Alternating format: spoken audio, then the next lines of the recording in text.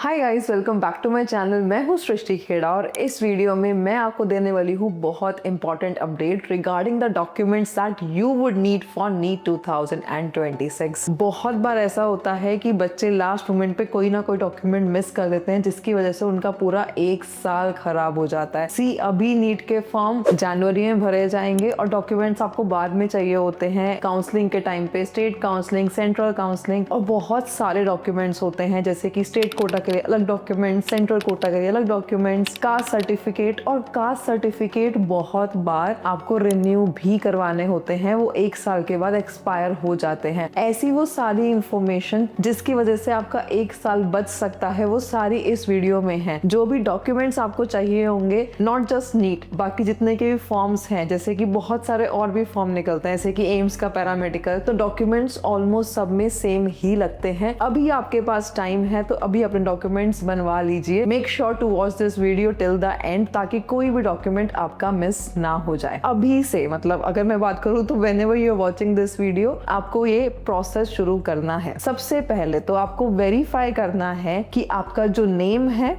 Your given name and your surname, आपका date of birth, आपकी category. बहुत बार बच्चे क्या करते हैं, नीट के फॉर्म में जनरल कैटेगरी भर देते हैं, बट उनकी पास कैटेगरी होती है और वो बाद में सर्टिफिकेट बनाते हैं, उसका कोई फायदा नहीं होता है। जो आप फॉर्म में भरोगे वही कैटेगरी काउंट होगी। तो आपका नेम, डेट ऑफ बर्थ, आपकी कैटेगरी, मदर का नेम, फादर का नेम, ये सब कुछ आप वेरीफाई कर लो कि सारे डॉक्यूमेंट्स पे सेम होना चाहिए। मल्टीपल फोटोकॉपीज आप करवा के रखो डॉक्यूमेंट्स की, लास्ट मिनट पे भाग दौड़ ना करनी पड़े। और साथ साथ बहुत बार स्टेट काउंसलिंग के लिए आपको डोमिसाइल चाहिए होता है, या फिर डिसेबिलिटी अगर है आपको तो वो सब सर्टिफिकेट भी आप बनवा लो। स्टार्ट करते हैं सबसे पहले मेन डॉक्यूमेंट से, जो है आपकी क्लास 10th की मार्कशीट या फिर क्लास 10th का सर्टिफिकेट, जो आप सब बच्चों के पास होगा। देखो अब की बार क्या होने वाला है ना, कि आपके सर्टिफिकेट्स के बेस पे ही आपको लोकेशन मिलेगी। आप प्रेफर्ड लोकेशन नीट में नहीं भर पाएंगे, तो सब जगह सही डेटा होना बहुत ज्यादा जरूरी है। और आपकी जो डेट ऑफ बर्थ होती है वो आपके 10th की मार्कशीट से ही उठाई जाती है। आपको मेक श्योर करना है आपकी जो डेट ऑफ बर्थ है आपकी 10th की मार्कशीट पे और आपके आधार कार्ड पे, और जो आप एप्लीकेशन फॉर्म भरेंगे नीट का, उस पे एग्जैक्टली सेम होनी चाहिए। अगर बाय एनी चांस आपका date of birth, mother father का नेम, आपका नेम, इसमें कुछ भी मिसमैच है from your 10th marksheet to your Aadhaar card and your application form, कहीं पे कुछ भी मिसमैच हुआ तो बहुत दिक्कत होगी। मेक श्योर कर लीजिए अगर कहीं पे गलती है तो अपना आधार कार्ड अभी भी आप चेंज करवा सकते हैं। आपके पास एनफ टाइम अभी अवेलेबल है। लास्ट मोमेंट पे आप ये सब नहीं कर पाएंगे, इसलिए द अर्ली यू स्टार्ट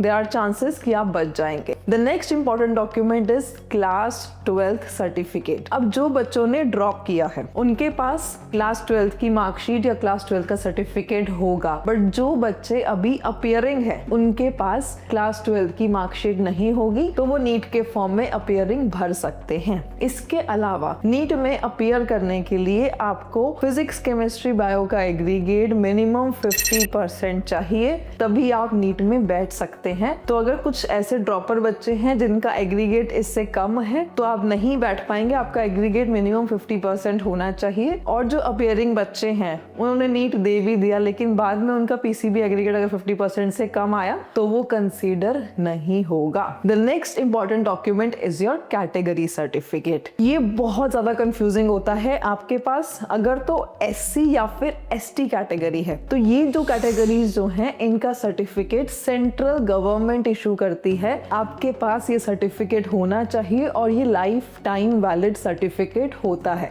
लेकिन अगर मैं बात करूं ओबीसी की और ईडब्ल्यूएस की, यहाँ पे थोड़ा सा ट्रिकी है। जो ईडब्ल्यूएस का सर्टिफिकेट है वो हर साल रिन्यू होता है, तो आपको इसको रिन्यू करवा के रखना है अगर नहीं करवाया है तो। और अगर मैं ओबीसी की बात करूं, आपके पास non creamy layer OBC NCL ये होना चाहिए, तभी आप ओबीसी कैटेगरी कैटेगरी में काउंट होगे। और अगर आप स्टेट कोटा में सीट लेने जाओगे तो आपके पास स्टेट का सर्टिफिकेट होना चाहिए, और अगर आप ऑल इंडिया कोटा से सीट लेने जाओगे ओबीसी कैटेगरी में तो आपके पास सेंट्रल गवर्नमेंट का ओबीसी सर्टिफिकेट होना चाहिए। अगर आपके पास कुछ भी दिक्कत है तो अभी अपने सर्टिफिकेट आप बनवा लीजिए। यहाँ पे बहुत केयरफुली आपको देखना है कि फॉर एग्जाम्पल आप बिलोंग करते हैं यूपी से, अगर आप स्टेट काउंसलिंग में जाते हैं यूपी की तो आपको स्टेट से सर्टिफिकेट चाहिए अपने ओबीसी का। यही आप जाते हैं एमसीसी में या फिर I would say all India quota counselling में, तो उस केस में आपको सेंट्रल गवर्नमेंट से भी सर्टिफिकेट चाहिए ओबीसी का। और ये सारे के सारे नॉन क्रीमी लेयर सर्टिफिकेट होने चाहिए। क्रीमी लेयर वाले सर्टिफिकेट को बहुत बार कंसीडर नहीं किया जाता है, तो कैटेगरी सर्टिफिकेट बहुत इंपॉर्टेंट है। और अगर आप कैटेगरी जो भी फिल कर रहे हैं अपने नीट के एप्लीकेशन फॉर्म में, वही कैटेगरी काउंट होगी। अगर आप सोच रहे हैं कि मैं अभी जनरल भर देता हूँ, बाद में मैं ना ईडब्ल्यूएस या ओबीसी बनवा लूंगा, that would not be considered. आपने एप्लीकेशन फॉर्म में जो भी भरा है वही आपका फाइनल कैटेगरी समझा जाएगा। तो इसलिए जो आपकी सही कैटेगरी है आप उसको ही फिल करो। इसके बाद मैं बात करूंगी पर्सन्स विद डिसेबिलिटी। इसका भी सर्टिफिकेट होना मैंडेटरी है। उसमें मेंशन होता है कि कितने परसेंटेज डिसेबिलिटी है, कौन सी डिसेबिलिटी है, और इसके डेजिग्नेटेड मेडिकल हॉस्पिटल्स हैं, सिर्फ उसी के ही सर्टिफिकेट एक्सेप्ट होते हैं। और इसमें आपका परसेंटेज मेंशन होना जरूरी है, टाइप ऑफ डिसेबिलिटी मेंशन होना जरूरी है। तो ये दो चीजें आप चेक कर ले अपने सर्टिफिकेट पे अगर आप बिलोंग करते हैं फिजिकली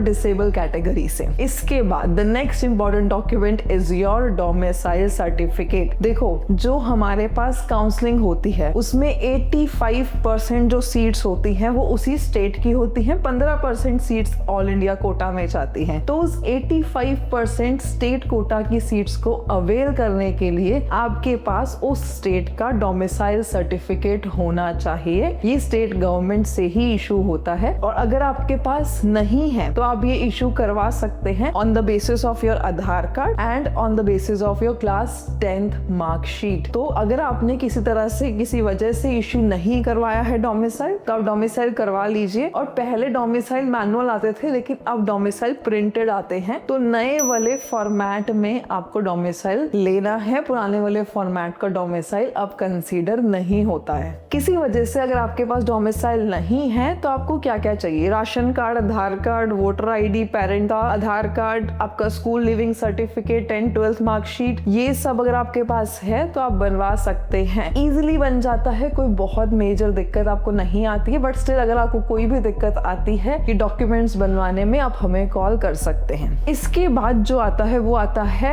एसिक सर्टिफिकेट। मतलब कि अगर आपके पास एसिक कोटा है, दिल्ली में आईपी कोटा के, एसिक आईपी कोटा के बहुत अच्छे अच्छे कॉलेजेस हैं, बट ये सिर्फ उन्हीं स्टूडेंट्स को मिलते हैं जिनके पेरेंट्स ऑलरेडी एसिक में काम करते हैं। जिनके पास ये सर्टिफिकेट है उन्हीं को ही ये मिलता है। अब इसकी कंडीशन क्या है? इसकी कंडीशन ये है कि आपके जो पेरेंट होने चाहिए वो एसिक कोटा को बिलोंग करने चाहिए, and you should be the dependent of your parent. मतलब कि आप डिपेंडेंट है इसलिए आप वो कोटा यूज कर सकते हैं, और आपके पास भी एसिक का कार्ड होना चाहिए, तभी आप ये यूज कर सकते हैं। अब हम बात करते हैं सिटीजनशिप प्रूफ की या फिर एनआरआई प्रूफ की। बहुत सारे बच्चे एनआरआई कैटेगरी में, एनआरआई कोटा में सीट लेते हैं, तो उनके लिए एनआरआई सर्टिफिकेट होना मैंडेटरी है। सबसे पहली चीज, एक तो उनके पास पासपोर्ट होना चाहिए और ओसीआई कार्ड होना चाहिए। अगर ओसीआई कार्ड नहीं है तो एम्बेसी से अपोस्टाइल सर्टिफिकेट बनता है, वो होना चाहिए। एनआरआई कोटा के डॉक्यूमेंट्स में बहुत बार इश्यूज आते हैं, and we have been helping students to get admission in NRI quota as well. अगर आपको कुछ भी दिक्कत आती है एनआरआई कोटा के डॉक्यूमेंट्स बनवाने में तो आप हमसे कांटेक्ट कर सकते हैं। इसके बाद बात आती है गैप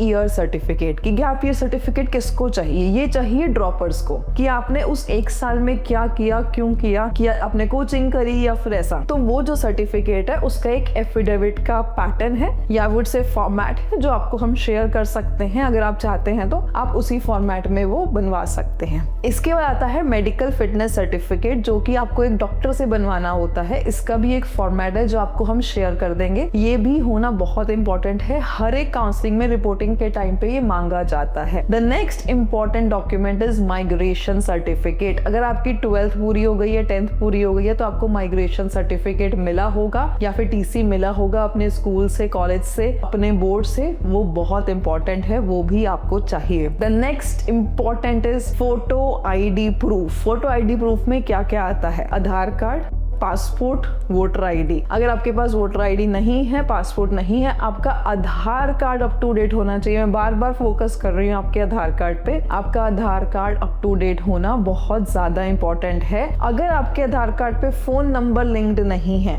उस पर अपना फोन नंबर लिंक करा लीजिए। ईमेल लिंक नहीं है तो ईमेल लिंक करा लीजिए। बाद में बहुत ज्यादा दिक्कत होने वाली है, क्योंकि नीट का जब हम फॉर्म भरते हैं तो एक ओटीपी आता है जो उसी नंबर पे आता है जो आपके आधार से लिंक होता है। इसीलिए आपको अपना आधार कार्ड अपडेट कराना जरूरी है। आधार कार्ड के अलावा आपके पास पासपोर्ट, वोटर आईडी कुछ भी होगा वो भी चलेगा, लेकिन प्रेफरेंसेस की आधार कार्ड तो होना ही चाहिए। बाकी के सारे डॉक्यूमेंट्स एडिशनल हैं। इसके बाद आती है आपकी फोटो। फोटो की डायमेंशंस होती हैं। जब आप नीट का फॉर्म भरेंगे तो उसमें डायमेंशन लिखी हुई आती है कि इस डायमेंशन में आपकी फोटो होनी चाहिए। और I would say multiple photos बनवा के रख लीजिए। जो आप फोटो अपने एप्लीकेशन फॉर्म में डाल रहे हैं वही सेम फोटो आपके एडमिट कार्ड पे भी लगी होनी चाहिए। वो आपको अपने साथ लेकर के जानी होती है। इसके अलावा जो डॉक्यूमेंट चाहिए वो आपको नीट के फॉर्म के बाद चाहिए होगा आपका नीट का एडमिट कार्ड, नीट का स्कोर कार्ड, अलॉटमेंट लेटर। ये सब लगता है काउंसलिंग के टाइम पे। और हाँ, जब आप नीट देने जाएंगे तो ऑब्वियस है admit card, photo ID proof, photos, ये सब आप साथ लेकर के जाएंगे। नीट के एग्जाम से पहले आई मेक श्योर कि मैं चेकलिस्ट की वीडियो बनाऊं कि क्या क्या आपको लेकर के जाना है। बट ये सारे डॉक्यूमेंट्स हैं। अगर बाय एनी चांस आपके पास कोई डॉक्यूमेंट नहीं है तो आप अभी से स्टार्ट कर लीजिए। आपको कोई भी दिक्कत आती है कोई भी डॉक्यूमेंट बनवाने में या कोई हेल्प चाहिए आपको नीट का फॉर्म भरने में, all you can do is give us a call on the numbers given below and we will be right there to help you। ना ही सिर्फ फॉर्म भरने में, आपका MBBS एडमिशन करवाने में, चाहे वो इंडिया में हो, अब्रॉड में हो, कैसे भी हो, कोई भी कैटेगरी में हो, we can help you out end to end। Till the next one, I would say goodbye।